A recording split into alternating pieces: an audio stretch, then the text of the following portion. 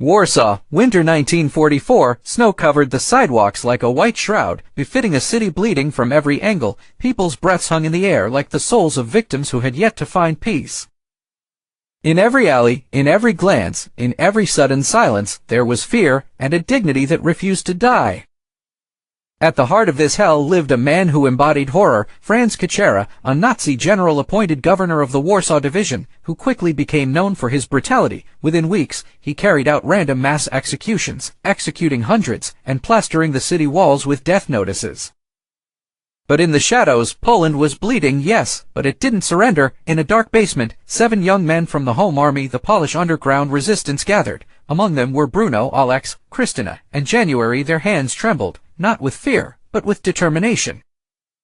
A map of the city was on the table, a red circle on Alyuga Street, the place Kuchera crossed every morning to reach headquarters. His convoy passes here at exactly 9:09 for cars. He's in the third, 2 motorcyclists go ahead, and guards behind, Jan said, pointing at the attack plan. The attack was suicidal by any standard. Security was tight, and the streets were under strict German surveillance, but they no longer feared death, they invited it. The last morning, on the morning of February 2nd, Warsaw was waking up to a new day of occupation, unaware that the wind was carrying something else.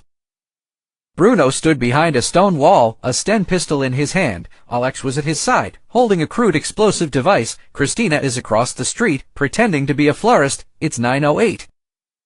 Kucherka's convoy is approaching. Their hearts are pounding, not out of fear, but because they know that this moment, precisely this moment, could change history.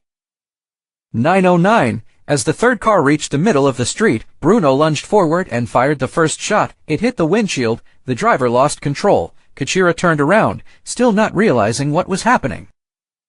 Then came the deluge: bullets, explosions, blood. The car shattered, and smoke filled the air.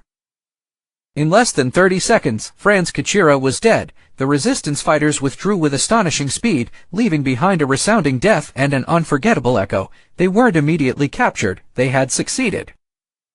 The aftermath: the German response was brutal. 300 Poles were executed in retaliation, but even so, the operation was a turning point. For the first time, the Germans realized that none of them were safe, not even the most brutal, not even Kuchera. In Polish memory, this is no longer just an assassination, it's an immortal moment of courage, in which the weak told the most brutal tyrant, "You will not terrorize us forever."